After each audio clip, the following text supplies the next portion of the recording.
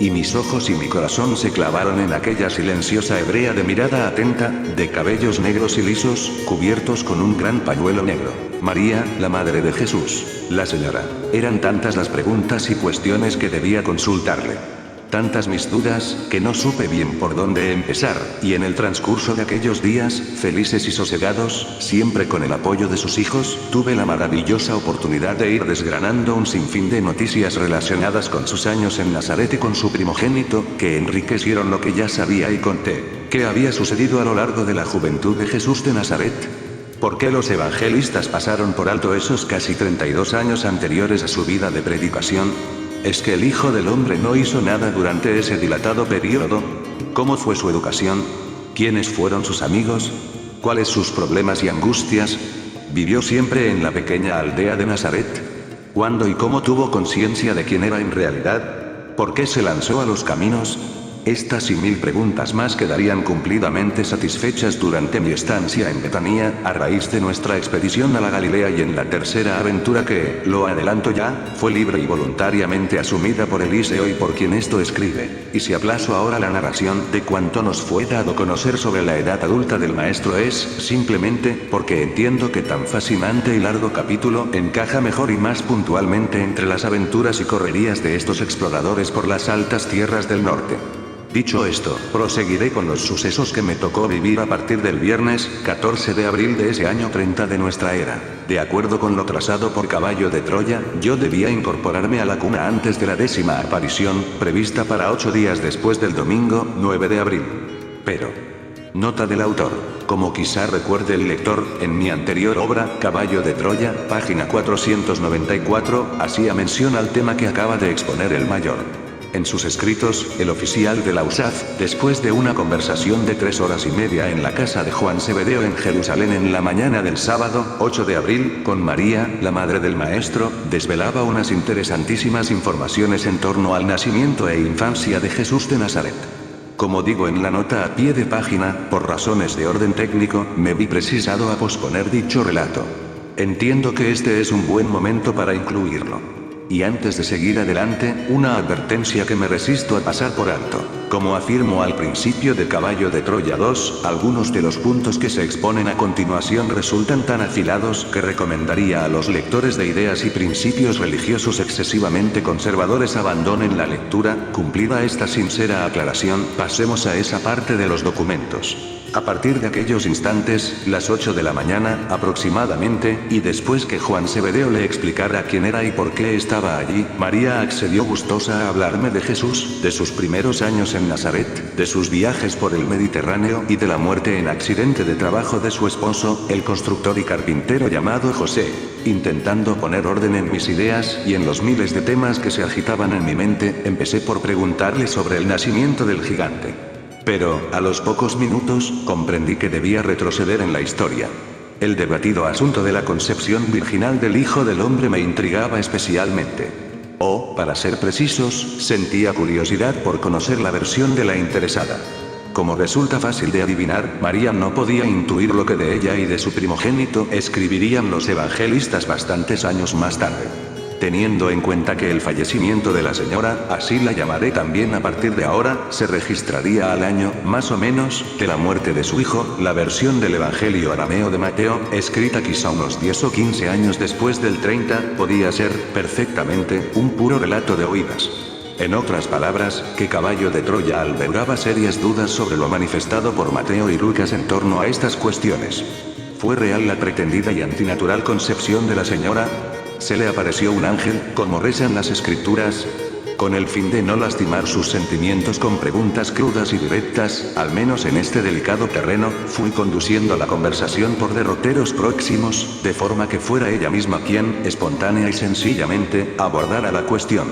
La estratagema dio resultado. Así supe que María y José se conocieron cuando éste, como carpintero y albañil, trabajaba en la ampliación de la vivienda de los padres de la entonces casi niña Miriam, verdadero nombre de María. La adolescente, que contaba unos 11 años, llevó agua a José. Era la primera vez que se veían. Y surgió una mutua atracción. Aunque ya lo mencioné en páginas anteriores, las costumbres de los judíos en aquel tiempo eran muy diferentes a las de hoy. A partir de los 12 años y medio, coincidiendo con la primera menstruación, la niña alcanzaba la categoría de mujer, pudiendo pasar, por el casamiento, de la tutela del padre a la del esposo. Y a veces no se sabía qué era peor. Los esponsales, una etapa que en la actualidad podríamos mal traducir por noviazgo, se prolongaron durante 2 años. Cuando José cumplió los 21, la segunda fase del ritual hebreo, el casamiento propiamente dicho, se festejó, con todos los honores y como mandaba la tradición, en el domicilio de María. El contrato se firmó en miércoles, ya que María era doncella, y a mediados del mes de marzo del año -8 de nuestra era. La luna llena traía buena suerte. Como dote honorar, Joaquín, el padre de la novia, recibió lo estipulado por la ley, 50 siclos de plata, y la totalidad de los muebles del nuevo domicilio de los recién casados. Al contrario de lo que sucede en nuestros días, entonces no era el padre de la prometida quien cargaba con la dote. Era aquel quien debía recibirla del novio o del padre de este. María, por tanto, tenía 13 años cuando entró en la casa de su esposo y este, como dije, 21. La señora sintió placer al recordar aquellos tiempos. Y me habló con gran cariño de la casa nueva de Nazaret, edificada por José y sus hermanos al pie de los cerros, que dominan la comarca del Tabor y de Naín. Antes de proseguir, quiero llamar la atención sobre esta fecha, marzo del año -8. En ese mes tuvo lugar la boda de los esposos. La señora se extendió gustosa en los detalles y pormenores de la modesta vivienda en la que iniciaron su azarosa vida de casados. Con motivo de nuestro segundo salto en el tiempo, tendré oportunidad de volver sobre este curioso e interesante capítulo del mobiliario y de las costumbres de la pareja. Suave, prudentemente, me interesé también por José, cómo era, qué clase de carácter tenía, cuál era su aspecto físico. María, sonriente, solo tuvo elogios para su fallecido esposo. Esta fue su descripción. Fue un hombre de dulces maneras. Moreno. De ojos negros. Fuerte e incansable trabajador. Sus antepasados, padre, abuelo, bisabuelo, etc., fueron carpinteros, contratistas, albañiles y forjadores. Al principio se dedicó a la carpintería de obra. Después entró en los negocios de las contratas. Pensaba mucho y hablaba poco. Era extremadamente fiel a las costumbres y prácticas religiosas de mi pueblo. Demasiado, para mi gusto, la dolorosa situación de Israel, bajo el yugo extranjero, le tenía afligido. Su familia fue numerosa, como la nuestra, 8 hermanos y hermanas. Cuando le conocí era alegre, pero, conforme fue pasando el tiempo, sobre todo a raíz de los primeros años de matrimonio, se volvió taciturno y fue presa de una aguda crisis espiritual. Poco antes de su muerte, cuando la nueva ocupación como contratista empezaba a mejorar nuestra situación económica, experimentó un considerable alivio y su espíritu se entonó de nuevo. Fue inevitable. Al tocar la muerte de José no resistí la tentación y pregunté las circunstancias de la misma. Ocurrió un martes, 25 de septiembre del año 8 de nuestra era. Jesús tenía 14 años. Al atardecer de esa fatídica fecha, un mensajero llevó una trágica noticia al taller donde trabajaba Jesús. Su padre en la tierra había caído desde lo alto de una obra, en la vecina ciudad de Séforis, encontrándose malherido. El primogénito de María acompañó al enviado hasta el domicilio de la familia, comunicando la desgracia a su madre. Jesús quería correr junto a su padre, pero la señora se lo prohibió. Fue su hermano Santiago quien la acompañó hasta la residencia del gobernador donde, al parecer, había tenido lugar lo que hoy denominamos un accidente laboral. Jesús, muy a su pesar, tuvo que quedarse en Nazaret, al cuidado de la casa y de los pequeños. Para cuando María entró en Séforis, José había fallecido.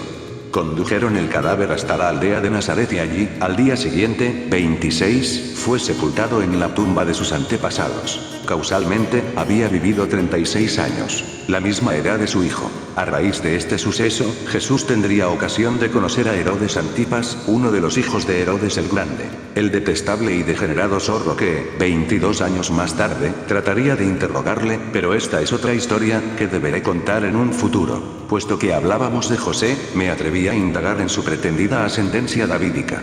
En el Evangelio de Mateo 1:16 se concreta la genealogía de Jesús y, en ella, como es notorio, el padre terrenal del Cristo aparece como descendiente directo del rey David. Debo confesar que la señora se sorprendió mucho ante la insólita pregunta. ¿Y cómo sabes tú eso? Luego es cierto, repuse, esquivando la cuestión de María. No, no lo es. Su explicación me dejó atónito. José, lógicamente, se lo había contado. Mateo, una vez más, fue mal informado. Todo arrancaba de un antepasado de José, por vía de su abuelo paterno, que fue adoptado por un tal Sadoc, que si era descendiente directo de David. 1. Este ancestro de José, huérfano, fue tomado bajo la tutela de Sadoc y de ahí el error. A partir de entonces, sexta generación anterior a José, los sucesores recibieron el falso título de nacidos o pertenecientes a la casa de David. Más adelante, cuando pase a describir lo sucedido en la segunda exploración, daré cuenta de los errores cometidos en las genealogías que se atribuyen a Jesús de Nazaret. La mayor parte de esas listas de ascendentes, como punto muchas de las profecías mesiánicas, son posteriores a la vida del Galileo y, consecuentemente, acomodadas a los hechos que protagonizó Jesús. En realidad, la auténtica descendiente directa del rey David era la señora. Su linaje, por lo que me explicó, se perdía en la más rancia nobleza, contando entre sus lejanos antepasados con representantes de los hititas, sirios, egipcios, fenicios e, incluso, griegos. Para los que pretenden ver en María una madre representativa de la humanidad, este, seguramente, constituye uno de los puntales en el que podrían basar su pretensión. Pocas mujeres judías de dicho tiempo llevaban en su sangre una mezcla tan noble y puntual de razas. De acuerdo con su carácter, aunque la muerte de su marido la sumió en un corrosivo dolor, María no exteriorizó jamás su profunda tristeza y soledad. Supongo que irá surgiendo de forma natural. Pero, aún así, no desperdiciaré la ocasión y comentaré algo que estimo importante en relación al temperamento de la señora. Los cristianos de casi todos los tiempos parecen haber ido fraguando una imagen de María acorde con sus propias creencias, intereses y conveniencias. Así, a lo largo de estos 2000 años, no es difícil encontrar textos bendecidos por el papado, por los santos padres de la Iglesia Católica o por preclaros teólogos en los que se cuelga a la Madre del Señor etiquetas tan absurdas y poco reales como las de Virgen Permanente, Mujer Sumisa y Doña, dechado de virtudes humanas y divinas, corredentora, mediadora entre Dios y el género humano, concebida sin pecado original y qué sé yo cuántos encomiables pero dudosos atributos. Los propios sucesos que iré narrando serán la mejor prueba de que la señora era una hebrea inteligente, pero, como cualquier ser humano, con defectos y limitaciones. Algunos, como el relacionado con su profundo sentido del nacionalismo, harán temblar a los cristianos que parecen vivir en las nubes. Paso a paso, por lo que fui captando y por lo que recogí de cuantos la rodearon, llegué a la conclusión de que María era una mujer alegre, inasequible al desaliento, con una envidiable fuerza vital y una libertad de mente que la obligaban a expresar sus sentimientos y opiniones abierta y limpiamente. Sin tapujos. Sin rodeos. Sin hipocresías. En oposición a José, la señora llevaba en los genes lo que hoy llamaríamos sentido liberal de la vida. Su filosofía era esa, respetar todas las creencias y credos. Pero también era terca y obstinada. Esta postura le conduciría a más de un disgusto. En especial durante la juventud de Jesús. Analizando el carácter del hijo, uno deducía que buena parte de sus dones como educador y conductor de masas y su característica capacidad para la justa indignación habían sido heredados de la madre. Del padre, en cambio, tenía la dulzura y una maravillosa comprensión de la débil naturaleza humana. En ocasiones, Jesús permanecía pensativo y con aire de tristeza ante los hombres que le rodeaban. Esa forma de ser, sin duda, guardaba una íntima relación con el temperamento de José. Pero, en la mayor parte de las veces, el Galileo se mostraba tan optimista y decidido como su madre. No creo equivocarme si, a manera de síntesis, digo que el carácter de la señora imperaba con claridad en el de su primogénito. De José heredó también su amor por el estudio de las escrituras hebraicas. María supo infundirle, quizá inconscientemente, un natural sentido del respeto y de la liberalidad. Ambas familias, la de José y María, además de disfrutar de posiciones económicas desahogadas, podían ser consideradas como cultas, teniendo en cuenta el bajo nivel de la población en general. La señora, tras el fallecimiento de su esposo, se preocupó especialmente de que sus hijos recibieran la necesaria instrucción. Aunque volveré sobre ello, también me sorprendió la extraordinaria habilidad de esta mujer para el arte del hilado. Fue una tejedora excepcional. Jesús siempre vistió las túnicas y mantos confeccionados por ella. En cuanto a sus dotes como ama de casa y mujer previsora, cualidades a las que se vio forzada ante la angustiosa situación económica en que quedó la familia con la muerte de José, hablaré de ello con motivo de nuestra visita a la Galilea. Así que vuestras nupcias o bodas tuvieron lugar en marzo del año 746. Obviamente, cité el cómputo romano. La señora asintió, sin comprender hacia dónde me dirigía. Conversando con unos y con otros, añadí, procurando disimular, he sabido también de un suceso prodigioso, ocurrido antes del nacimiento de Jesús. ¿Te refieres a lo del ángel? Perdona mi incredulidad, pero... Lo entiendo, Jasón, susurró resignada. No es la primera vez que alguien duda de mí. Debía ser exquisitamente cauto, así que formulé las preguntas, poniendo mis 5 sentidos. ¿Cuándo fue? Un atardecer, hacia mediados del 8º mes, en pleno margen. Eso quería decir noviembre.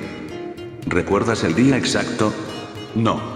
Me pareció raro que una mujer no guardara en su memoria una fecha tan distinguida. Me encontraba en la casa de Nazaret, atendiendo las faenas. José no tardaría en volver. De pronto, al lado de una mesa baja de piedra, le vi. Era un joven muy hermoso. Con luz por todas partes. Dijo llamarse Gabriel. Tengo sumo interés en saber qué te dijo, con exactitud. Eso sí había quedado grabado en su corazón. Sus palabras fueron estas: vengo por mandato de aquel que es mi maestro, al que deberás amar y mantener. A ti, María, te traigo buenas noticias, ya que te anuncio que tu concepción ha sido ordenada por el cielo, a su debido tiempo serás madre de un hijo. Le llamarás Yehoshua, Jesús o Yahvé salva, e inaugurará el reino de los cielos sobre la tierra y entre los hombres. De esto, habla tan solo a José y a Isabel, tu pariente, a quien también he aparecido y que pronto dará a luz un niño cuyo nombre será Juan. Isabel prepara el camino para el mensaje de liberación que tu hijo proclamará con fuerza y profunda convicción a los hombres. No dudes de mi palabra, María, ya que esta casa ha sido escogida como morada terrestre de este niño del destino, ten mi bendición. El poder del más alto te sostendrá, el Señor de toda la tierra extenderá sobre ti su protección. Mi perplejidad fue en aumento. Aquellas palabras no guardaban parentesco alguno con las escritas por Lucas 1, 26, 39. Como se verá, María no era virgen, en el sentido que parece querer darle, a toda costa, el evangelista. Era imposible porque las bodas, repito, se habían celebrado en marzo, 8 meses antes de la llamada Anunciación. En mi opinión, los relatos supuestamente sagrados sobre tal acontecimiento fueron deformados e innecesariamente circunscritos a una situación, la virginidad física de la señora, que envolvía el nacimiento del Señor en un halo de misterio y divinidad, muy propio de los orientales. Algo que no afectaba para nada a la trascendencia de la misión del Hijo del Hombre. Pero trataré de ir por partes. En el mencionado Evangelio de Lucas, versículos 31 a 33, se lee: vas a concebir en el seno, le dice el ángel a María, y vas a dar a luz un hijo, a quien pondrás por nombre Jesús. Desde la pura lógica, resulta incongruente que las fuerzas del cielo, que difícilmente contravienen el natural discurrir de la naturaleza, programen una concepción en pleno período de esponsales. ¿Por qué crear problemas innecesarios? Si el tema de la concepción misteriosa de Jesús iba a constituir una fuente de polémicas, recelos y disgustos en la propia familia de Nazaret, ¿por qué añadir más leña al fuego con una concepción a destiempo? La información de Lucas es errónea, incluso, en el detalle del embarazo de Isabel, prima lejana de María. Según sus escritos, Gabriel se apareció a la señora al 6º mes de la concepción no menos misteriosa de aquella. Cuando interrogué a María sobre el referido embarazo de su prima, sobre la aparición de Gabriel a dicho pariente y sobre el nacimiento de Juan, llamado el Bautista, las fechas no coincidieron con las de Lucas. El ángel se presentó ante Isabel en los últimos días del mes de junio de ese mismo año -8. Es decir, para cuando el enviado celeste se apareció por segunda vez a María, Isabel estaba de 5 meses y no de 6, como escribe el evangelista. Juan nacería el 25 de marzo del año siguiente, -7. De todas formas, con toda la delicadeza de que fui capaz, insistí en el íntimo asunto de su virginidad, en el momento de la presencia del ángel. La respuesta fue rotunda. Naturalmente que estaba casada con José, y naturalmente que manteníamos relaciones conyugales normales. La señora no podía comprender el porqué de aquellas preguntas. Ignoraba, obviamente, lo que de ella se escribiría años después. En lo que se mantuvo firme fue en la concepción no humana de su primogénito. Acepté su palabra. ¿Quién mejor que ella para saber si Jesús había sido fruto o no de su unión matrimonial con José? A estas alturas de la misión, no tengo dificultad para aceptar que Dios pueda llevar a cabo un acto semejante. En el siglo XX hemos empezado a asistir a otros fenómenos que resultarían mágicos para los habitantes del tiempo de Cristo o de la Edad Media. La inseminación artificial o los niños probeta, por citar 2 ejemplos. ¿Y cuál fue la reacción de José ante el anuncio del ángel? La señora sonrió, mostrándome aquella espléndida dentadura blanca y equilibrada. Hizo un malicioso gesto con las cejas y comentó: primero esperé. En mi torpeza no caí en el sentido de aquella afirmación. ¿A qué? Pregunté estúpidamente. María se sonrojó. ¿A qué va a ser? Debía asegurarme de que la visión del ángel no había sido un mal sueño o algo parecido. A las pocas semanas, cuando estuve segura de mi maternidad, hablé con él. ¿Y qué dijo? Mi esposo siempre tuvo una gran confianza en mí. Pero, como era de esperar, se sintió mal. Desasosegado. No concilió el sueño durante días. Eso sí, jamás me acusó de nada impuro.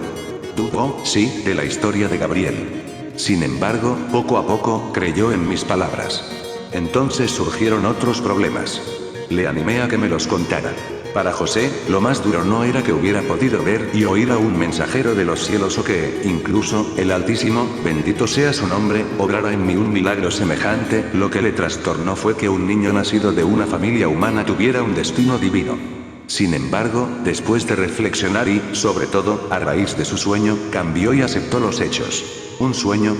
Intervine como si no supiera nada. Sí, una noche se despertó sobresaltado. Y me contó lo siguiente. Un brillante mensajero le había hablado. José, te aparezco por orden de aquel que reina ahora en los cielos. He recibido el mandato de darte instrucciones sobre el hijo que María va a tener y que será una gran luz en este mundo. En él estará la punto vida y su vida será la luz de la humanidad. De momento irá hacia su propio pueblo. Pero este le aceptará con dificultad. A todos aquellos que le acojan les revelará que son hijos de Dios. Después de esta dramática experiencia ya no dudó. Guardé silencio.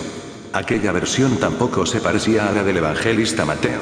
En el capítulo 1, versículos 19-25, dice textualmente el escritor sagrado: su marido, José, como era justo y no quería ponerla en evidencia, resolvió repudiarla en secreto. Así lo tenía planeado, cuando el ángel del Señor se le apareció en sueños y le dijo: José, hijo de David, no temas tomar contigo a María tu mujer, porque lo engendrado en ella es del Espíritu Santo. Dará a luz un hijo, y tú le pondrás por nombre Jesús, porque él salvará a su pueblo de sus pecados. Todo esto sucedió para que se cumpliese el oráculo del Señor por medio del profeta: ved que la Virgen concebirá y dará a luz un hijo, y le pondrá por nombre Emmanuel, que traducido significa Dios con nosotros. Despertado José del sueño, hizo como el ángel del Señor le había mandado, y tomó consigo a su mujer. Y no la conocía hasta que ella dio a luz un hijo, y le puso por nombre Jesús. El pasaje en cuestión está lleno de posibles manipulaciones, bien del propio Mateo o de quienes copiaron su versión original, la aramea que, como dije, se perdió. Si era justo, podría esgrimirse, ¿por qué iba a repudiarla en secreto? La justicia, en aquellos tiempos, se interpretaba como el estricto y justo cumplimiento de la ley. Eso hubiera significado el divorcio fulminante y, quizá, la lapidación de María. Segundo problema: si Mateo hubiera consultado a María, difícilmente se habría atrevido a colocar en labios del ángel el calificativo del hijo de David para el esposo de la señora. Tercero, aceptando que María y José se hubieran encontrado en el período de esponsales, ¿por qué extrañarse del embarazo si las relaciones sexuales en dicha primera fase estaban toleradas? Por supuesto, en la versión original no se dice que él salvará a su pueblo de sus pecados. El evangelista, como buen judío, suponiendo que hubiera tenido acceso al verdadero texto del mensaje, ignora la semiacusación del ángel al pueblo, el suyo, que le aceptará con dificultad. Por último, respecto a las supuestas profecías sobre el Mesías y la virginidad de su madre, teniendo en consideración las lagunas, manipulaciones y contradicciones de que había sido testigo, todo era posible. Incluso, como manifesté, que fueran interpolaciones muy posteriores a la vida de Jesús, para hacer cuadrar la innecesaria virginidad. No soy teólogo, ni tampoco lo deseo. Pero, desde mi corto entendimiento, me hago una sencilla pregunta: ¿por qué la Iglesia Católica y los cristianos se empeñan en sostener el secundario e intrascendente asunto de la virginidad permanente de María? Lo único vital en todo esto, ese es mi criterio, son los frutos o el resultado final, la maravillosa maternidad de la señora. En otras palabras, Jesús. Dando por hecho que la concepción fue de carácter misterioso o divino, ¿qué importancia encierra que fuera o no virgen, antes, durante y después de la gestación? Al interesarme por las reacciones de las respectivas familias de José y María respecto al nacimiento del niño del destino, como lo había llamado Gabriel, la señora, en su respuesta, puso de manifiesto el grave confusionismo creado entre aquellas gentes acerca del verdadero papel que debería desempeñar el maestro. Mis 2 hermanos, mis otras 2 hermanas y toda mi familia, comentó con melancolía, recibieron la noticia con escepticismo. Ninguno creyó que mi hijo fuera realmente el Mesías esperado. Este, sin duda, fue un craso error. En ninguno de los 2 mensajes celestes, en el de Gabriel y en el del sueño de José, se menciona para nada que Jesús fuera el Mesías o el Libertador o que Dios fuera a darle el trono de David, como puntualiza Lucas. Los judíos aguardaban al Mesías, cierto. Pero no era de origen divino. La creencia popular lo había asociado a un líder o libertador político que haría de Palestina una nación fuerte y poderosa. La pésima interpretación de las palabras de los ángeles constituiría una interminable y agria fuente de conflictos entre los que conocieron a Jesús, incluyendo a su madre y hermanos. Pero no quiero precipitarme ahora en este peliagudo y fascinante problema. Al examinar el comportamiento de María, durante la juventud de su hijo, tiempo habrá de comprobar cuanto digo. Los enemigos de Jesús tenían razón en una cosa: el rabí de Galilea no podía ser el Mesías. Si el origen del maestro era divino, como él mismo se encargó de refrendarlo pública y rotundamente, su papel podía ser otro, pero no el de libertador del pueblo de Israel. Hoy, todos los que conocemos el mensaje del Cristo, estamos de acuerdo en esa premisa. Jesús de Nazaret fue un libertador, pero en otro orden, tal y como anunció Gabriel. He aquí una prueba más de que sus inmediatos colaboradores no entendieron la amplia y esperanzadora misión del Galileo: difundir el mensaje de hermandad entre todos los hombres y la gracia de ser hijos del Padre. Si lo hubieran captado, ¿por qué Lucas y Mateo iban a insistir en el banal y político asentamiento en el trono del rey David? Pero continuemos con los hechos, tal y como se registraron cronológicamente. Ese año -746 del calendario de Roma, no provocó mayores sobresaltos a la pareja de Nazaret. La vida siguió con su rutina. Y la señora, que guardaba en su corazón el anuncio de Gabriel sobre el embarazo de su prima Isabel, fue convenciendo a su marido para que le permitiera viajar a la región de Judea, al sur, y visitar a su pariente. No fue fácil, aclaró María, pero, finalmente, José accedió. Y en febrero del siguiente año pude abrazar a mi prima. Ambas estaban impacientes por verse e intercambiar sus respectivas experiencias. En realidad, la obra de Jesús en la tierra fue iniciada por su primo lejano, Juan, cuya historia, al conocerla de labios de la señora, de los íntimos del Bautista y, sobre todo, al conocerle a él, me llenó de perplejidad. Qué poco sabemos de este gigante de 2 metros de altura y corazón sensible. Zacarías, el padre de Juan, era sacerdote. Isabel, la madre, estaba entroncada en uno de los grupos más prósperos de la rama de María. Aunque hacía años que estaban casados, ciertos problemas, a los que aludiré en su momento, habían hecho inútiles los intentos de la pareja por tener hijos. La aparición de Gabriel a Isabel tuvo lugar, como ya dije, en los últimos días del mes de junio del año 8 antes de la era cristiana. María y José llevaban casados algo más de 3 meses. ¿Qué le dijo el ángel a Isabel? La aparición fue a mediodía. Gabriel le habló así: mientras tu marido, Zacarías, oficia ante el altar, mientras el pueblo reunido ruega por la venida de un Salvador, yo, Gabriel, vengo a anunciarte que pronto tendrás un hijo que será el precursor del Divino Maestro. Le pondrás por nombre Juan. Crecerá consagrado al Señor, tu Dios, y, cuando sea mayor, alegrará tu corazón ya que traerá almas a Dios. Anunciará la venida del que cura el alma de tu pueblo y el libertador espiritual de toda la humanidad. María será la madre de este niño y también apareceré ante ella. Pero, pregunté sin poder sujetar mi curiosidad, memorizando el pasaje de Lucas 1:5-24, en el que se cuenta la historia de la mudez de Zacarías: ¿el ángel no se presentó también al esposo de tu prima? La señora, que no terminaba de acostumbrarse a mis peregrinas cuestiones, me miró con extrañeza. ¿A Zacarías? Que yo sepa, no. Solo fue visto por Isabel. Entonces, me dije a mí mismo, todo ese intrincado asunto de Lucas. Seguro que no se quedó mudo. Mi supuesta ocurrencia hizo gracia a María, que, de no haber sido por la tristeza que la consumía, quizá hubiera soltado una solemne carcajada. Zacarías jamás padeció mal de esa naturaleza. Cambié de tema. Estaba claro que el evangelista se había dejado llevar de su imaginación, o quizá sus pesquisas no fueron correctas. Aunque también cabía una tercera posibilidad, que Zacarías se hubiera apropiado de la aparición del ángel, añadiendo y modificando a su antojo. No hay que olvidar que aquel era el imperio de los varones y que las mujeres no contaban. La señora completó la información, asegurando que su prima solo habló del ángel con su marido. Pero este, escéptico, no empezó a creer hasta que Isabel dio las primeras señales de estar encinta. Teniendo en consideración la avanzada edad de mi prima, puntualizó, era lógico que Zacarías no supiera a qué atenerse. Pero, al igual que José, nunca puso en duda la fidelidad de su mujer. Todo terminaría cuando, 6 semanas antes del alumbramiento, mi primo tuvo un impresionante sueño. Entonces se convenció de que aquel hijo era también obra divina y que sería en verdad un precursor de mi Jesús. Juan nacería en Judá el 25 de marzo de ese año 7 antes de nuestra era. La alegría de sus padres fue indescriptible. Y al 8º día, como señalaba la ley, fue circuncidado.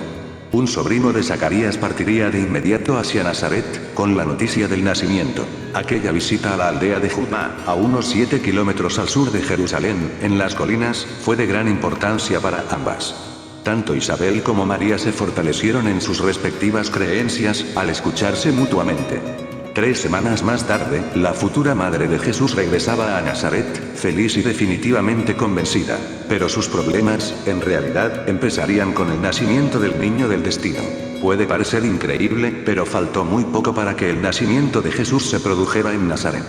Si María hubiera sido realmente una mujer sumisa, tal y como pregonan muchos cristianos, no habría habido viaje a Belén. Me explicaré. Cuando me interesé por las circunstancias que rodearon el nacimiento de Jesús, la señora recordó con añoranza sus discusiones con José. Ante mi extrañeza, puntualizó. Cuando se recibió en el pueblo la orden para empadronarse, mi marido lo dispuso todo para viajar a Belén. Pero solo. Sin mí. Yo sabía muy bien que no necesitaba acudir en persona ante el censo. José estaba autorizado a inscribir a toda la familia. Esas eran sus intenciones. Pero le dije que no. ¿Por qué? Tenía miedo a quedarme sola y, sobre todo, a que el niño naciera en su ausencia. Además, precisó con un guiño de malicia, Belén está muy cerca de Judá y esa era una excelente ocasión para volver a visitar a Isabel. Así que la pareja, como ocurre también en nuestros días, se enzarzó en una larga polémica. José, más prudente, trató de convencerla para que se quedara en Nazaret. No le faltaba razón. La señora estaba casi fuera de cuentas y no era conveniente que, en su estado, se lanzara a los caminos de Palestina.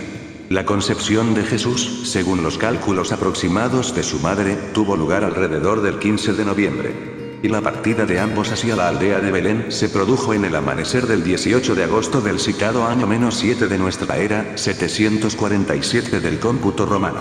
Es decir, habían pasado 9 meses. Sin embargo, tenaz y decidida, logró imponerse y su esposo no tuvo más remedio que claudicar. De nada sirvieron las recomendaciones ni las prohibiciones.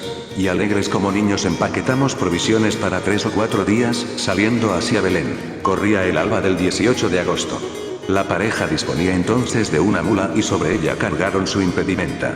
La joven embarazada, que estaba a punto de cumplir los 14 años de edad, subió a la caballería y José, tomando las bridas, inició a pie una caminata que se prolongaría por espacio de 2 días y algunas horas. La aceptable memoria de la señora me permitió reconstruir lo esencial de dicho viaje. El esposo, buen conocedor de los peligros que amenazaban a los viajeros, eligió la ruta más corta, aunque no la más cómoda, la del Jordán. En su primer día llegaron hasta el monte Gilboa. Allí, a orillas del río, acamparon y pasaron la noche. Recuerdo que nuestros pensamientos y el tema constante de conversación, precisó María, era el hijo que estaba a punto de nacer. José seguía reprochándome mi locura. No le faltaba razón. No sé qué hubiera sido de nosotros si el pequeño llega a presentarse al pie de aquella montaña. Al día siguiente, de madrugada, reanudaron la marcha. María se encontraba perfectamente. Almorzaron junto al monte Sartaba, que domina el valle del Jordán, y, al anochecer, entraron en la ciudad de Jericó. No tuvieron problema para encontrar una posada. Después de la cena, José, otros peregrinos y yo hablamos de muchas cosas. De la odiosa ocupación romana, de Herodes, del empadronamiento y sus nefastas consecuencias para el pueblo y hasta de la influencia de Jerusalén y Alejandría como centros de estudio y de cultura judíos. El 20 de agosto, también al alba, atacaron la última etapa de su viaje. Avistaron Jerusalén hacia el mediodía y, después de visitar el templo, prosiguieron camino hacia el sur, a Belén. ¿A qué hora llegasteis? Poco antes del ocaso. Aquella parte de la narración resultaría igualmente esclarecedora.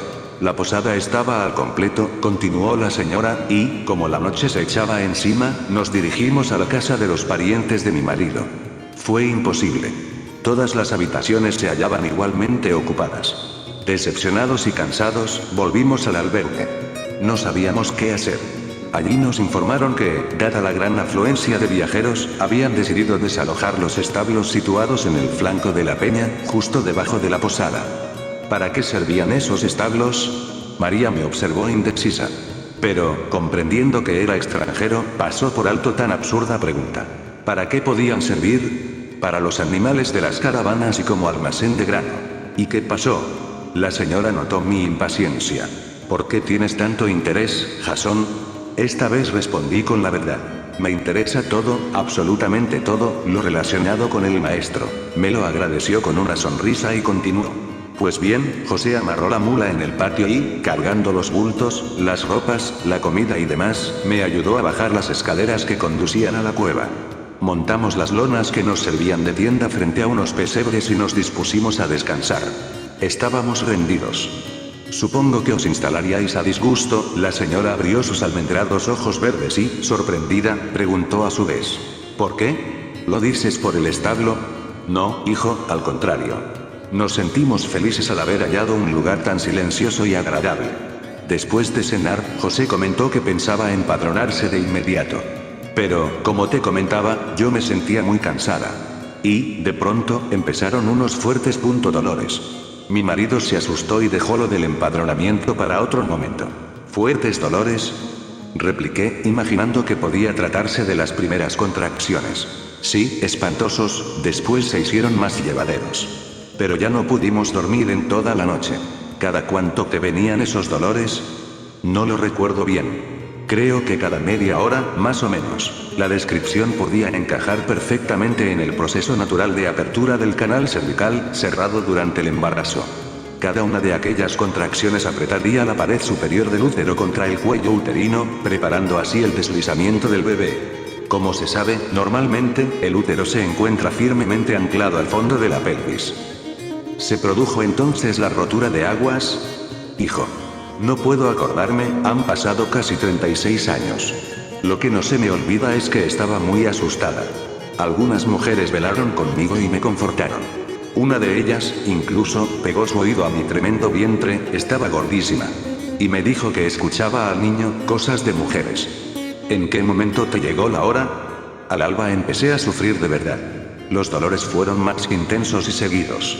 Poco antes de la hora sexta, las 12, creí morir, los dolores se producían uno detrás de otro, me ayudaron a curvar la espalda y una de las mujeres puso un lienzo en mi boca, ordenándome que lo mordiera con fuerza. Otras dos me tomaron por las muñecas y me incitaban a que empujase. Dios bendito. Cuánto miedo pasé. Jadeaba, gritaba y sudaba. ¿No te acordaste del ángel? Ni del ángel ni de nada, en esos momentos es difícil pensar. ¿Y José? A mi lado, pálido como la cal, luchando por animarse. El pobre estaba más aterrorizado que yo, se pasó las horas empapando un paño en agua fría y colocándolo sobre mi frente. No consentí que se separase de mí. Al demonio las leyes. La exclamación de María estaba justificada. En aquel tiempo, entre los judíos, era muy frecuente que al padre se le negase la opción a estar presente en el parto. Debía esperar fuera o en otro lugar a que le fuese anunciado el nacimiento, así se hacía de antiguo, cumpliendo el versículo de Jeremías. Maldito aquel que felicitó a mi padre diciendo, te ha nacido un hijo varón, y le llenó de alegría. Jeremías 20:15. Ya dije que la señora disfrutaba de un sentido muy liberal de la interpretación religiosa. Al fin, a eso del mediodía, apareció la cabeza. Yo estaba al límite de mis escasas fuerzas, y mi hijo vino al mundo. Las mujeres lo lavaron y, tras frotarlo en sal, lo envolvieron en los pañales y se lo entregaron a su padre. Quizá no lo recuerdes, pero, cuando estuviste en condiciones de pensar, ¿qué te vino a la mente? Lo primero que hice fue revisar a mi Becor. Era precioso. Con una abundante mata de pelo negro y arrugadito como una pasa. Era perfecto. Y me sentí muy feliz. Con la palabra Becor se designaba al primogénito. Al ser varón, la alegría de la familia llegaba a colmo. Si era niña, en cambio, se recibía con tristeza o indiferencia. No pude remediarlo. Al escuchar las explicaciones de la señora experimenté una gran ternura. Jesús había nacido como cualquier niño. Cuánto hubiera dado por asistir a tan histórico parto. Ninguno de los milagrosos sucesos que cuentan las tradiciones y los evangelios apócrifos sobre la natividad del Señor parecen ciertos. Repito, aquel bebé tan especial vino al mundo como todos nosotros, pero no quiero olvidar otro dato interesante, la fecha de dicho alumbramiento. Según estas noticias, Jesús de Belén nació hacia las 12 horas del día 21 de agosto del año -7 o 747 del calendario de Roma. Una fecha incomprensiblemente olvidada por los evangelistas y que, con el paso de los siglos, sería anclada en el mes de diciembre del año 1. Todo un doble error. Por supuesto, aunque cae por su propio peso, durante el parto no hubo ningún animal, los tradicionales buey y asno, en el recinto. Y siento defraudar igualmente a los que siempre creyeron en las apariciones de los ángeles a los pastores de las cercanías de la aldea de Belén. Por las informaciones de María, salvo sus amigos y parientes, nadie extraño acudió a conocer al niño.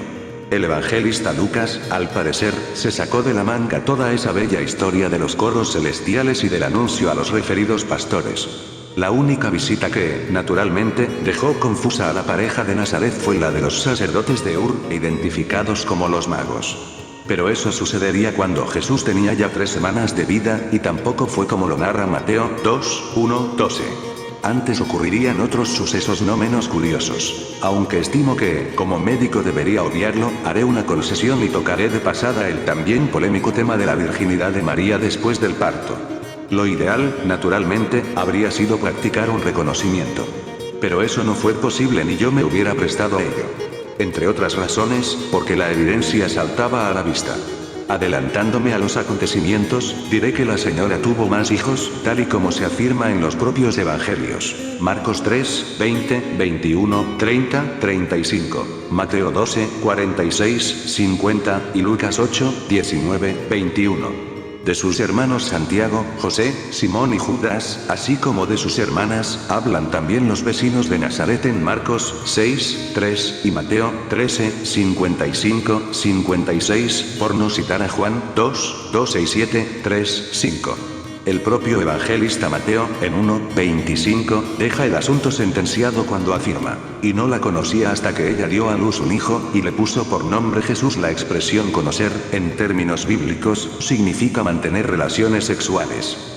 Y volvemos al viejo problema. ¿Por qué ese miedo o pudor o escrúpulos de numerosos sectores de la Iglesia Católica a aceptar que la señora pudiera tener más descendencia, tal y como era la costumbre en las familias normales de aquel tiempo? Estos moralistas e hipercríticos de lo ajeno no ignoran que, en tiempos de Jesús, la esterilidad era poco menos que una maldición divina. Las familias debían ser numerosas. Eso era lo normal y lo bien visto. Si partimos de la base de que la pareja de Nazaret fue en todo un matrimonio común y corriente, ¿por qué esos cristianos se empeñan en enmendar la plana a la propia naturaleza, convirtiendo a José y a María en dos humanos ilógicos y casi al filo de la aberración? Parte de esa triste deformación mental que todavía padecen muchos cristianos en relación a este asunto habría punto que buscarla en un papa de nefasto recuerdo, San Cilicio, encumbrado además a la santidad. El tal Cilicio, 384 al 398, llegó a escribir al respecto en una carta dirigida a Anicio, obispo de Tesalónica, en el año de gracia de 392. A la verdad, no podemos negar haber sido con justicia reprendido el que habla de los hijos de María, y con razón ha sentido horror vuestra santidad de que el mismo vientre virginal del que nació, según la carne, Cristo, pudiera haber salido otro parto. Porque no hubiera escogido el Señor Jesús nacer de una virgen, si hubiera juzgado que ésta había de ser tan incontinente que, con semen de unión humana, había de manchar el seno donde se formó el cuerpo del Señor, aquel seno, palacio del Rey Eterno. Porque el que esto afirma, no otra cosa afirma que la perfidia judaica de los que dicen que no pudo nacer de una virgen. Porque aceptando la autoridad de los sacerdotes, pero sin dejar de opinar que María tuvo muchos partos, con más empeño pretenden combatir la verdad de la fe. Resulta casi imposible introducir en tan pocas líneas tanto absurdo y desatino, fruto, quién sabe, si de un carácter enfermizo o de un grado de demencia altamente preocupante. El desprecio de Cilicio, me resisto a anteponerle el calificativo de santo, por la maternidad y por la extraordinaria manifestación de amor que supone el acto sexual se me antoja casi épico. Como tantas veces, el hombre se congratula en corregir la obra del Altísimo, lo trágico es que la mezquina visión de aquel papa ha seguido imperando hasta nuestros días. Por fortuna, numerosos teólogos, exegetas y cristianos de mentes más abiertas y racionales han empezado a cuestionarse el problema, llegando a la importante conclusión de que lo vital no es si María fue o no virgen, sino la tremenda y hermosa realidad de su maternidad. Aunque sé que algunos se rasgarán las vestiduras, he aquí un avance sobre los hijos que siguieron al primogénito de María y de los que me iré ocupando poco a poco. Santiago, nacido en la madrugada del día 2 de abril del año 3 antes de nuestra era. Miriam o María, nacida en la noche del 11 de julio del año -2. José, nacido en la mañana del miércoles, 16 de marzo del año 1. Simón, en la noche del viernes, 14 de abril del año 2. Marta, nacida el 15 de septiembre del año 3. Julio Judas, el miércoles, 24 de junio del año 5. A causa de este embarazo, María cayó enferma. Amós, nacido en la noche del domingo, 9 de enero del año 7. Ruth, en la noche del miércoles, 17 de abril del año 9 de nuestra era. Fue hija póstuma. José, su padre, había fallecido el año anterior. Junto con su hermano mayor, Jesús, hacen un total de 9 hijos. De nuevo aparece el misterioso 9, pero dejemos para otro momento la inevitable polémica sobre los hermanos del Hijo del Hombre. En la aldea de Belén estaba a punto de suceder un hecho que alteraría la brújula de la humanidad. En el mundo también hay gente buena. Así resumió María el providencial hecho del cambio de morada de la pareja y el bebé. Al día siguiente del nacimiento de Jesús, su padre en la tierra cumplió con sus obligaciones, empadronando a su familia. Y no de muy buena gana, advirtió la señora. La razón era simple. Los empadronamientos encerraban una secreta intención por parte de Roma, tener controlados a sus súbditos, con el fin de aumentar los impuestos en la medida de lo posible. En la provincia de Judea, la resistencia del pueblo y del propio Herodes habían demorado esta orden de Augusto en más de un año. El edicto del César fue promulgado en marzo del año -8, justo en el mes en que se casaron María y José. Hasta el -7 no se llevó a cabo en Palestina. El caso es que, por mediación de un hombre al que habían conocido en su estancia en Jericó, José pudo entablar amistad con otro viajero que disponía de una habitación en la posada de Belén. Y este, comprensivo y compadecido, aceptó permutar su alojamiento por el que ocupaba la familia. Fue un buen hombre, suspiró María. De esta forma, hasta que encontraron acomodo en la casa de los parientes de José, la pareja y su hijo disfrutaron de un lugar más idóneo que un establo. Su permanencia en el albergue se prolongaría por espacio de 3 semanas. Desde el primer momento, la señora se encargó de amamantar a Jesús. Y esta alimentación, por razones que detallaré más adelante, se prolongaría durante más de 2 años. Como también era de suponer, María se dio prisa en avisar a su prima del feliz acontecimiento. El día 23 de ese mes de agosto le envió un correo. La contestación de Isabel fue inmediata, invitando a José a que se presentase en el templo, con el fin de informar a Zacarías. Y el flamante padre no tardó en acudir a Jerusalén. Por lo que deduje de las explicaciones de mi informante. Tanto el matrimonio de Judá como la pareja de Nazaret estaban persuadidos, tanto en aquellos momentos como durante muchos años, de que Jesús sería el libertador político de los judíos y Juan, su brazo derecho y jefe de sus ayudantes. No me cansaré de insistir en esta circunstancia. Y como nueva muestra de cuanto afirmo, saltándome incluso el orden cronológico de los acontecimientos, voy a exponer un suceso acaecido en el año 11 de nuestra era, cuando Jesús contaba ya 17 años de edad. Creo que merece la pena alterar momentáneamente la cronología, si con ello se logra una más exacta visión de los pensamientos y sentimientos de la señora y de su familia en relación al papel de Jesús. Los cristianos, como podrá deducirse de lo que relataré seguidamente, tienen un recuerdo equivocado y candoroso de María. Las cosas no fueron como a nosotros nos hubiera gustado que fueran. En aquellas fechas, año 11, Jesús crecía en Nazaret. En todo Israel había empezado a desatarse un serio movimiento antirromano. La agitación en Jerusalén y en la Judea contra el pago de los impuestos fue extendiéndose, llegando también al norte, a la Galilea. En el pueblo nació un clandestino y poderoso partido nacionalista, que daría lugar con el tiempo a toda una organización guerrillera, que ya había apuntado algunas acciones bélicas hacia el año 6, con un líder llamado Judas de Gamala, alias el Galileo.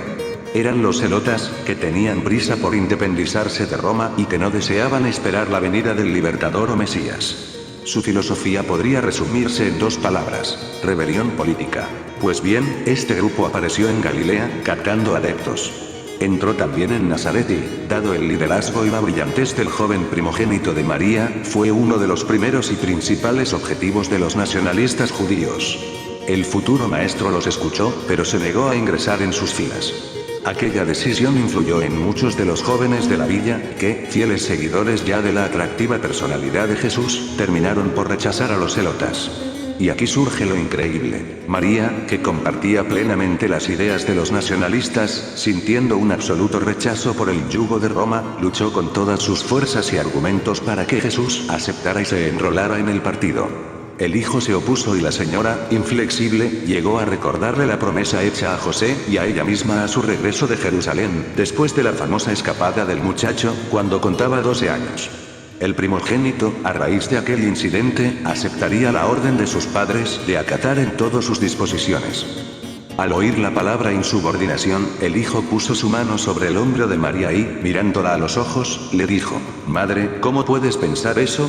La señora se retractó de sus palabras, consecuencia de la tensión, pero continuó insistiendo, ayudada por Simón, uno de sus hermanos, y por Santiago, su otro hijo, en la necesidad de que Jesús meditara su negativa y se hiciera celota, abrazando así la noble causa nacionalista. Esta crisis, unida a otros acontecimientos posteriores, determinarían que el Hijo del Hombre fijase su residencia en la vecina población de Cafarnaúm. Las decisiones y polémicas se hicieron insufribles y Jesús, como digo, se vio obligado a marchar. Pero dejaré las cosas así. Los capítulos de la juventud y edad adulta del maestro son tan importantes y sugestivos que merecen un tratamiento aparte. Como se ve, la idea de la señora respecto de la misión de su hijo no se hallaba muy clara. A raíz de la visita de José a Zacarías, se fraguaría una curiosa y hasta divertida historia que pasaré a relatar seguidamente.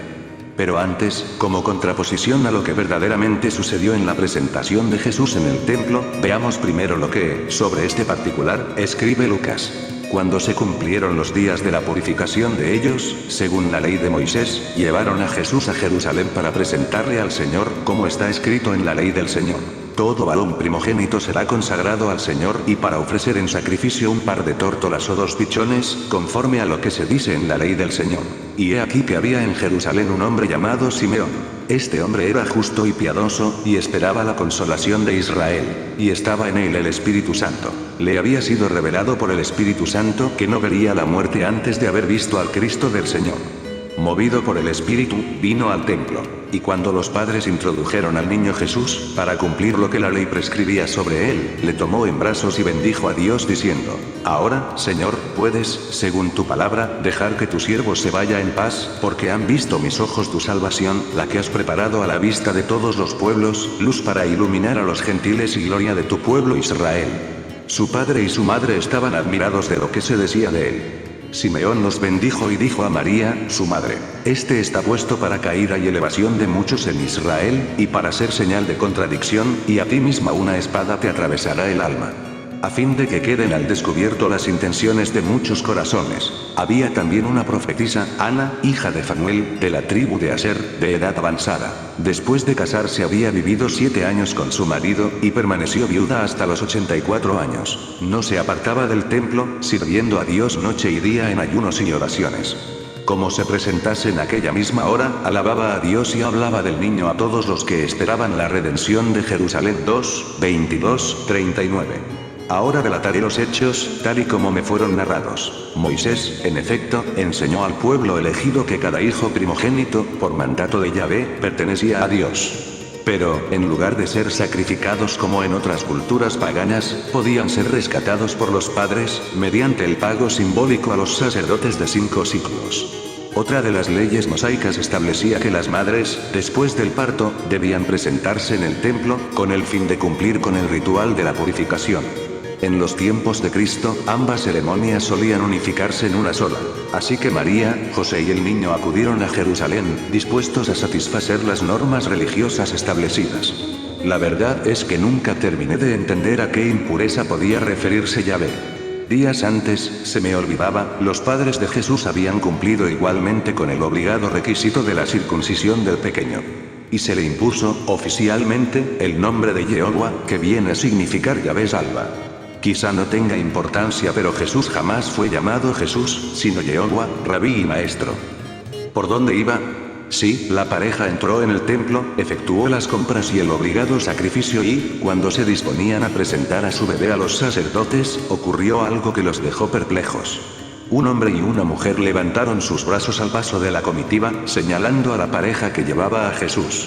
Entonces, el varón, un anciano cantante llamado Simeón y vecino de Judea, entonó un singular cántico. Decía así: bendito sea el Señor, el Dios de Israel, ya que nos ha visitado y recuperado a su pueblo. Ha levantado su copa para cada uno de nosotros, en la casa de su servidor, David. Nos libra de nuestros enemigos y de la mano de los que nos odian. Hace misericordia a nuestros padres y recuerda su santa alianza, el juramento a Abraham, nuestro padre, que permitirá después de liberarnos de la mano de nuestros enemigos, servirle sin pavor, con santidad y rectitud ante él todos los días de nuestra vida. Sí, y tú, hijo de la promesa, serás llamado el profeta del Altísimo, ya que irás ante el Señor para establecer su reino, para dar a conocer la salvación de su pueblo, en remisión de sus pecados. Gozad de la misericordia de nuestro Dios, pues la luz de arriba nos llega para iluminar a aquellos que se hallan en las tinieblas y en la sombra de la muerte, para conducir nuestros pasos por el camino de la paz. Y ahora, deja a tu servidor partir en paz, oh Señor, según tu palabra. Mis ojos han visto tu salvación, que has dispuesto ante todos los pueblos. Una luz para alumbrar hasta los gentiles y la gloria de tu pueblo, Israel. Tal situación, como es natural, turbó a María y desconcertó a José. De regreso a Belén, ambos estuvieron de acuerdo en que aquello había sido tan excesivo como prematuro. Y se preguntaban cómo era posible que el viejo cantante hubiera adivinado que su hijo era el Mesías. Algún tiempo después sabrían la verdad. Isabel se la contaría a su prima, mostrándole, incluso, el texto del cántico que había guardado su marido, el sacerdote. Zacarías era un antiguo conocido de Simeón y de la mujer que también alzó su brazo al paso de Jesús. Esta se llamaba Ana. Era de Galilea y gustaba de la poesía. Ambos, Ana y Simeón, eran asiduos del templo. Se hacían mutua compañía y, con el tiempo, entablaron una buena amistad con Zacarías. El caso es que que ardía en deseos de comunicar su secreto sobre Juan y Jesús, terminó por contárselo al cantante y a la poetisa. El esposo de Isabel sabía de antemano qué día acudirían José y la señora al templo. Y se puso de acuerdo con Ana y Simeón para que, al paso del niño, levantaran sus brazos en señal de saludo y reconocimiento. Para tal ocasión, la poetisa compuso un poema y Simeón se encargó de recitarlo. Esta fue la sencilla historia, de la que podrían sacarse sabrosas conclusiones. En especial, en lo que concierne al evangelista ya citado, Lucas, que quizá escuchó una versión altamente deformada con el paso de los años, tomándola por buena. Ni Ana era profetisa, ni Simeón habló de espada alguna que atravesase el corazón de María, ni sus palabras eran de su cosecha, ni fue movido por el Espíritu para acudir al templo en aquellos momentos, ni tomó al niño en sus brazos. Y yo me pregunto de nuevo, ¿cuántos pasajes de la vida de Jesús habrán sufrido la misma suerte? Si el Altísimo me sigue bendiciendo con su luz y su fuerza, quizá llegue a contar nuestras experiencias y aventuras en las aldeas de Belén y Judá, en las que, gracias a su bondad, pudimos verificar muchos de los sucesos que ahora estoy escribiendo de forma apresurada. Otro de los singulares acontecimientos del que fui informado por la señora hacía referencia a los famosos magos. María no salía de su sorpresa. ¿Cómo sabes tú?, me preguntó, todas esas cosas. Pero sigamos con lo que importa. También en este asunto tuvo algo que ver el bueno y deslenguado de Zacarías. Hubiera dado lo que fuera menester por haberle conocido. Pero, para cuando nosotros llegamos a Palestina, año 30, el anciano sacerdote, que debía de rondar los 70 u 80 años, había fallecido. Todo empezó con la aparición en la ciudad caldea de Ur de un misterioso educador religioso que, al parecer, informó a unos sacerdotes astrólogos de dicha población de un sueño que había tenido y en el que se le anunció que la luz de la vida estaba a punto de aparecer en el mundo, en forma de niño y entre los judíos. La señora siguió su relato en los siguientes términos. Aquellos sacerdotes se pusieron en camino y, después de varias semanas de inútiles pesquisas por toda la ciudad de Jerusalén, cuando estaban a punto de renunciar y regresar a su patria, tropezaron en el templo con mi primo Zacarías. y les informó que, en efecto, el Mesías había nacido en Belén. Les indicó el lugar donde nos encontrábamos en aquel momento y acudieron prestos con sus regalos. Después se fueron y ya no volvimos a verlos. La visita de los caldeos no pasó inadvertida para el rey Herodes. Sus espías y confidentes estaban por todas partes. Y los hizo llamar. Los sacerdotes de Ur ya se habían entrevistado con José y María y, en efecto, confirmaron al Edómita el nacimiento del rey de los judíos. La noticia conmovió al receloso y ya decrépito Herodes el Grande. Pero los magos, posiblemente porque lo ignoraban, no supieron darle demasiadas referencias. Tan solo que el niño había nacido de una familia que acababa de llegar a Belén para el empadronamiento. El astuto rey les despidió con una buena bolsa de dinero, rogándoles que lo buscaran para así poder conocerle y adorarle, ya que, según manifestó, él también estaba convencido de que su reino era espiritual y no temporal o transitorio. Pero los 3 sacerdotes no volvieron, y Herodes, desconfiado, siguió dando vueltas al incómodo asunto del otro rey. Él sabía que era un usurpador y que había arrebatado el trono a su legítimo rey, Antígono. Mientras reflexionaba sobre estas cosas llegaron nuevos informes. Sus agentes le trajeron noticias de lo sucedido en el templo durante la presentación del niño. Incluso le proporcionaron parte del cántico entonado por Simeón.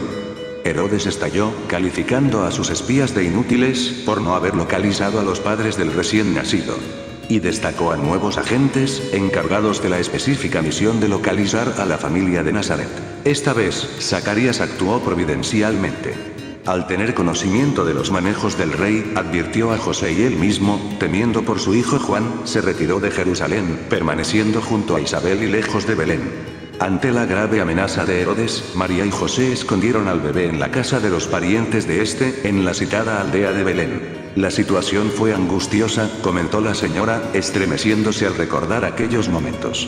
Nuestros recursos se agotaban rápidamente y, en vista del peligro, José dudaba si debía o no buscar trabajo y quedarnos en el lugar. Un año más tarde, desesperado ante la infructuosa búsqueda de sus esbirros, y con la sospecha de que el niño seguía oculto en Belén, Herodes ordenó el registro fulminante y sistemático de todas las casas y la ejecución a espada de cuantos infantes varones, menores de 2 años, pudieran ser hallados. Por fortuna, entre los que rodeaban a Herodes había algunos que creían en la llegada del verdadero libertador de Israel. Y uno de ellos se las ingenió para dar el aviso a Zacarías. Este lo puso en conocimiento de José, y la misma noche de los asesinatos, la pareja abandonó Belén precipitadamente. En total soledad y con los fondos proporcionados por Zacarías, la familia se dirigió a Egipto. Concretamente, a la populosa ciudad de Alejandría, donde José tenía parientes. La matanza alcanzó a 16 niños. Era el mes de octubre del año 6 antes de la era cristiana. Jesús contaba entonces 14 meses de edad, y antes de que nos adentráramos en esa otra ignorada etapa de la vida de Jesús, la estancia en Egipto, quise despejar un par de dudas que seguían planeando sobre mi mente. ¿No fue un ángel quien advirtió en sueños a José que debía huir de Belén? María replicó al instante. Sí, un ángel llamado Zacarías, mi primo. Mateo había vuelto a fallarnos. Y tuve que aceptar la reprimenda de la señora, que calificó mi imaginación de calenturienta y poseída por locos demonios. Sonreí para mis adentros. En el fondo, la amonestación habría que hacérsela al confiado y sin par evangelista.